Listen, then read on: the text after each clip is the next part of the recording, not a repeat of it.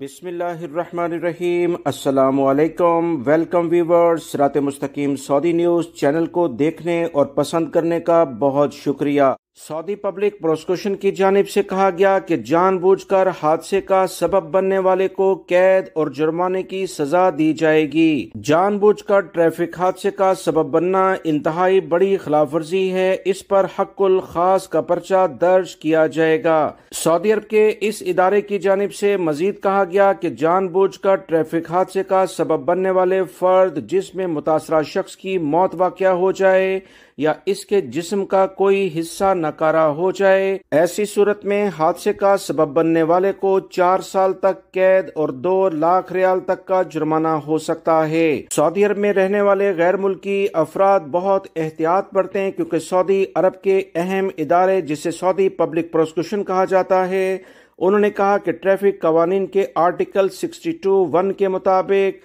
حق الخاص کے تحت مقدمہ درج کر کے حادثے کی وجہ تلاش کی جاتی ہے۔ ادارے کی جانب سے کہا گیا کہ اگر تمام تحقیقات میں یہ بات ثابت ہو جائے کہ حادثہ جان بوجھ کر ہوا تھا، یعنی کہ غلطی حادثہ کرنے والے کی ہے، اس پر اسے 4 سال کی قید اور 2 لاکھ ریال جرمانہ یا دونوں سزائیں ایک ساتھ بھی ہو سکتی ہیں۔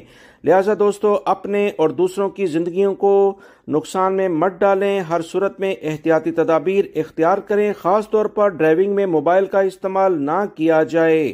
ویڈیو لائک کر کے دوستوں سے شیئر بھی کیجیے گا۔ ملیں گے مزید تازہ ترین اپڈیٹ کے ساتھ۔ السلام علیکم۔